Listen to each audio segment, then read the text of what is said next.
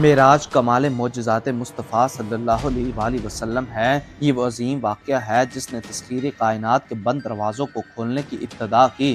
انسان نے آگے چل کر تحقیق و جستجو کے بند دروازے پر دستک دی اور خلا میں پیچیدہ راستوں کی تلاش کا فریضہ سر انجام دیا۔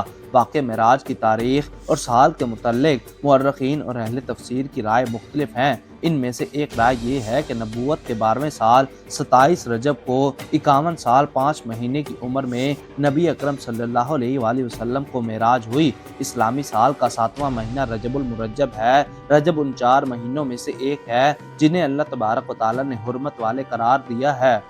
تاریخ اسلام کے واقعات اور نبی پاک صلی اللہ علیہ وآلہ وسلم کے معجزات میں سے ایک عظیم معجزہ معراج النبی ہے۔ اسے ہم نے مختلف کتب، رسائل اور آرٹیکلز میں پڑھا ہوگا۔ ہر ایک نے اپنے انداز میں اسے تحریر کیا، کسی نے مختصر تو کسی نے تفصیل کے ساتھ، اور کسی نے اس کے مخصوص حصے کا ذکر کیا تو کسی نے اسے اشعار کی صورت میں بیان کیا، جیسا کہ علامہ قاضی محمد سلیمان منصور پوری رحمۃ اللہ علیہ نے اپنی کتاب بحر نبوت میں اسے تحریر فرمایا ہے۔ اسرا کے معنی رات کو لے جانے کے ہیں۔ مسجد الحرام سے مسجد الاقصی کا سفر جس کا تذکرہ سورۃ بنی اسرائیل میں کیا گیا، اس کو اسرا کہتے ہیں، اور یہاں سے جو سفر آسمانوں کی طرف ہوا اس کا نام معراج ہے۔ معراج عروج سے نکلا ہے جس کے معنی چڑھنے کے ہیں۔ حدیث میں عرج بھی یعنی مجھ کو اوپر چڑھایا گیا کا لفظ استعمال ہوا ہے، اس لیے اس سفر کا نام معراج ہو گیا۔ اس مقدس واقعہ کو اسرا اور معراج دونوں ناموں سے یاد کیا جاتا ہے۔ قرآن کریم اور احادیث متواتر سے ثابت ہے کہ اسرا و معراج کا تمام سفر صرف روحانی نہیں بلکہ جسمانی تھا، یعنی نبی کریم صلی اللہ علیہ وآلہ وسلم کا یہ سفر کوئی خواب نہیں تھا بلکہ ایک جسمانی سفر اور عینی مشاہدہ تھا۔ یہ ایک معجزہ تھا کہ تمام مختلف مراحل سے گزر کر اتنا بڑا سفر اللہ تعالیٰ نے اپنی قدرت سے صرف رات کے ایک حصے میں مکمل کر دیا۔ اللہ تعالیٰ جو اس پوری کائنات کا پیدا کرنے والا ہے، اس کے لیے کوئی بھی کام مشکل نہیں، کیونکہ وہ تو قادر مطلق ہے، جو چاہتا ہے کرتا ہے۔ اس کا تو ارادہ کرنے پر چیز کا وجود ہو جاتا ہے۔ معراج کا واقعہ پوری انسانی تاریخ کا ایک ایسا عظیم، مبارک اور بے نظیر معجزہ ہے جس کی مثال تاریخ پیش کرنے سے قاصر ہے۔ خالق کائنات نے اپنے محبوب صلی اللہ علیہ وآلہ وسلم کو دعوت دے کر اپنا مہمان بنانے کا وہ شرف عظیم عطا فرمایا جو نہ کسی انسان کو کبھی حاصل ہوا، نہ کسی مقرب ترین فرشتے کو۔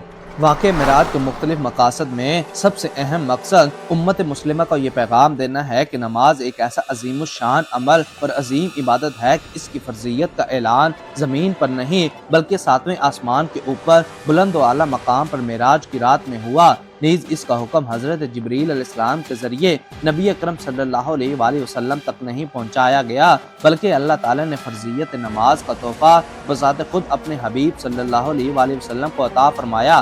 نماز اللہ جل شانہ سے تعلق قائم کرنے اور اپنی ضرورتوں اور حاجتوں کو مانگنے کا سب سے بڑا ذریعہ ہے۔ نماز میں اللہ تبارک و تعالیٰ سے مناجات ہوتی ہیں۔ اس واقعے کی مختصر تفصیل یہ ہے کہ حضور اکرم صلی اللہ علیہ وآلہ وسلم کے پاس سونے کا تشت لایا گیا جو حکمت اور ایمان سے پر تھا۔ آپ کا سینہ چاک کیا گیا، پھر اسے زمزم کے پانی سے دھویا گیا، پھر اسے حکمت اور ایمان سے بھر دیا گیا، اور پھر بجلی کی رفتار سے زیادہ تیز چلنے والی ایک سواری یعنی براق لایا گیا جو لمبا اور سفید رنگ کا چھپایا تھا۔ اس کا قد گدھے سے بڑا اور خچر سے چھوٹا تھا۔ وہ اپنا قدم وہاں رکھتا تھا جہاں تک اس کی نظر پڑتی تھی۔ جب تاجدار کائنات صلی اللہ علیہ وآلہ وسلم کو براق پر سوار کیا گیا تو وہ فخر سے جھومنے لگا کہ آج اسے سید الانبیاء کی سواری ہونے کا لازوال اعزاز حاصل ہو رہا ہے۔ براق اس سعادت عظمیٰ پر وجد میں آ گیا۔ اس پر حضرت جبریل امین نے اس سواری سے فرمایا، رک جا، اللہ کی عزت کی قسم، تجھ پر جو سوار بیٹھا ہے آج تک تجھ پر ایسا سوار نہیں بیٹھا۔ چنانچہ اس کے بعد آپ صلی اللہ علیہ وآلہ وسلم کو بیت المقدس لے جایا گیا۔ پہلے آسمان پر حضرت آدم علیہ السلام، دوسرے آسمان پر حضرت عیسیٰ اور حضرت یحییٰ علیہ السلام، تیسرے آسمان پر حضرت یوسف علیہ السلام، چوتھے آسمان پر حضرت ادریس علیہ السلام، پانچویں آسمان پر حضرت ہارون علیہ السلام، چھٹے آسمان پر حضرت موسیٰ علیہ السلام اور ساتویں آسمان پر حضرت ابراہیم علیہ السلام سے ملاقات ہوئی۔ پھر آپ صلی اللہ علیہ وآلہ وسلم کو سدرۃ المنتہا تک لے جایا گیا۔ عزیزان گرامی، اس وقت اللہ تبارک و تعالیٰ نے ان چیزوں کی وحی فرمائی جن کی وحی اس وقت فرمانا تھا، اور 50 نمازیں فرض کی۔ واپسی پر حضرت موسیٰ علیہ السلام سے ملاقات ہوئی۔ حضرت موسیٰ کے کہنے پر آپ صلی اللہ علیہ وآلہ وسلم چند مرتبہ اللہ تعالیٰ کے دربار میں حاضر ہوئے اور نماز کی تخفیف کی درخواست کی۔ ہر مرتبہ 5 نمازیں معاف کر دی گئیں، یہاں تک کہ صرف 5 نمازیں باقی رہ گئیں۔ حضرت موسیٰ نے اس پر بھی مزید تخفیف کی بات کہی، لیکن اس کے بعد حضور اکرم صلی اللہ علیہ وآلہ وسلم نے کہا کہ مجھے اس سے زیادہ تخفیف کے سوال کرنے میں شرم محسوس ہوتی ہے۔ اس موقع پر حضور اکرم صلی اللہ علیہ وآلہ وسلم کو اللہ تعالیٰ سے انسان کا رشتہ جوڑنے کا سب سے اہم ذریعہ یعنی نماز کی فرضیت کا تحفہ ملا، اور حضور اکرم صلی اللہ علیہ وآلہ وسلم کا اپنی امت کی فکر اور اللہ کے فضل و کرم کی وجہ سے 5 نمازوں کی ادائیگی پر 50 نمازوں کی ادائیگی کا ثواب دیا جائے گا۔ چنانچہ رات کے صرف ایک حصے میں مکہ مکرمہ سے بیت المقدس جانا، انبیاء کی امامت میں وہاں نماز پڑھنا، پھر وہاں سے آسمانوں تک تشریف لے جانا، انبیاء کرام سے ملاقات، اور پھر اللہ جل شانہ کے دربار میں حاضری، جنت و دوزخ کو دیکھنا، مکہ مکرمہ تک واپس آنا، اور واپسی پر قریش کے ایک تجارتی قافلے سے ملاقات ہونا جو ملک شام سے واپس آ رہا تھا۔ جب حضور اکرم صلی اللہ علیہ وآلہ وسلم نے صبح و معراج کا واقعہ بیان کیا تو قریش تعجب کرنے لگے اور جھٹلانے لگے، اور حضرت ابوبکر صدیق کے پاس گئے۔ حضرت ابوبکر صدیق نے فرمایا کہ اگر انہوں نے یہ بات کہی ہے تو صحیح فرمایا ہے۔ اس پر قریش کے لوگ کہنے لگے کہ کیا تم اس بات کی بھی تصدیق کرتے ہو؟ انہوں نے فرمایا کہ ہاں، میں تو اس سے بھی زیادہ عجیب باتوں کی تصدیق کرتا ہوں، اور وہ یہ کہ آسمانوں سے آپ کے پاس خبر آتی ہے۔ اسی وجہ سے ان کا لقب صدیق پڑ گیا۔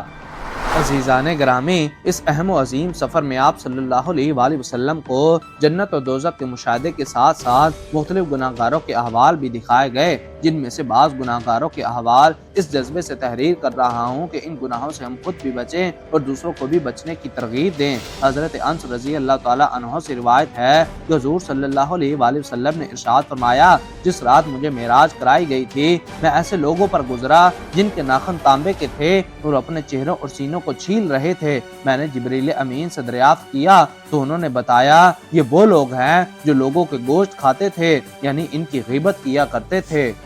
اسی طرح آپ صلی اللہ علیہ وآلہ وسلم کا گزر ایسے لوگوں کے پاس سے بھی ہوا جن کے سر پتھروں سے کچلے جا رہے تھے، کچلے جانے کے بعد وہ پھر ویسے ہی ہو جاتے تھے جیسے پہلے تھے۔ اس طرح یہ سلسلہ جاری تھا، ختم نہیں ہو رہا تھا۔ آپ صلی اللہ علیہ وآلہ وسلم کے پوچھنے پر جبریل امین نے فرمایا یہ لوگ نماز میں کاہلی کرنے والے ہیں۔ عزیزان گرامی، احادیث اور قرآن کریم میں سدرۃ المنتہا کا لفظ استعمال ہوا ہے۔ سدرہ کے معنی بیر کے ہیں اور منتہا کے معنی انتہا ہونے کی جگہ کے ہیں۔ اس درخت کا یہ نام رکھنے کی وجہ صحیح مسلم میں اس طرح ہے کہ حضور صلی اللہ علیہ وآلہ وسلم نے ارشاد فرمایا کہ اوپر جو احکام نازل ہوتے ہیں وہ اسی پر منتہا ہو جاتے ہیں، اور جو بندوں کے اعمال نیچے سے اوپر جاتے ہیں وہ وہاں پر ٹھہر جاتے ہیں، یعنی آنے والے احکام پہلے وہاں آتے ہیں پھر وہاں سے نازل ہوتے ہیں، اور نیچے سے جانے والے اعمال وہاں ٹھہرتے ہیں پھر اوپر اٹھائے جاتے ہیں۔ تاریخ کے اس بے مثال واقعے کو بیان کرنے کا اہم مقصد یہ ہے کہ ہم اس عظیم الشان واقعے کی کسی حد تک تفصیلات سے واقف ہوں اور ہم ان گناہوں سے بچیں جن کے ارتکاب کرنے والوں کا برا انجام نبی اکرم صلی اللہ علیہ وآلہ وسلم نے اس سفر میں اپنی آنکھوں سے دیکھا اور پھر امت کو بیان فرمایا۔ اللہ تعالی ہم سب کا خاتمہ ایمان پر فرمائے اور دونوں جہاں کی کامیابی و کامرانی عطا فرمائے، آمین ثم آمین۔ ویڈیو پسند آنے کی صورت میں اسے زیادہ سے زیادہ لائک اور شیئر کر کے ہماری حوصلہ افزائی کریں۔ ہماری نئی ویڈیو آنے تک اپنا، اپنے دوستوں اور گرد و نواح کے لوگوں کا خاص خیال رکھیں۔ خدا حافظ۔